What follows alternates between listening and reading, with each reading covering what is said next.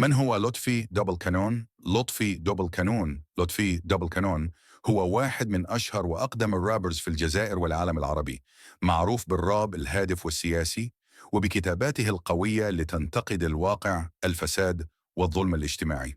المعلومات الأساسية: الاسم الحقيقي لطفي بالقايم، اللقب الفني لطفي دبل كانون، الميلاد 6 من جويلية 1974، عنابة الجزائر، الانطلاقة بداية التسعينات، وانتشر أكثر من خلال مجموعة دبل كانون النوع الموسيقي، راب سياسي اجتماعي واعٍ، الرسالة فضح الظلم، الدفاع عن الشعب، نقد الفساد، رفع الوعي، الشهرة. من أوائل من أدخلوا الراب الهادف للجزائر وخلاه مدرسة وحده.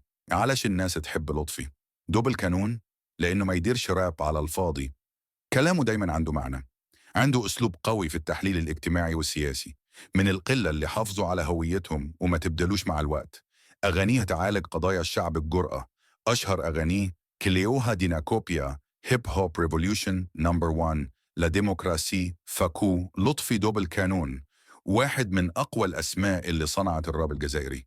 ولد في عنابة سنة 1974، ودخل لعالم الراب باش يعبر على هموم الشعب ويحارب الفساد بكلمته القوية. موسيقته ماشي ترفيه فقط، هي رسالة ووعي وثورة فنية. لطفي قدر يحافظ على مكانته كرمز للراب الهادف، وبقى من أكثر الفنانين تأثيراً في الساحة. هذا هو لطفي دوبل كانون، الصوت اللي ما يسكتش.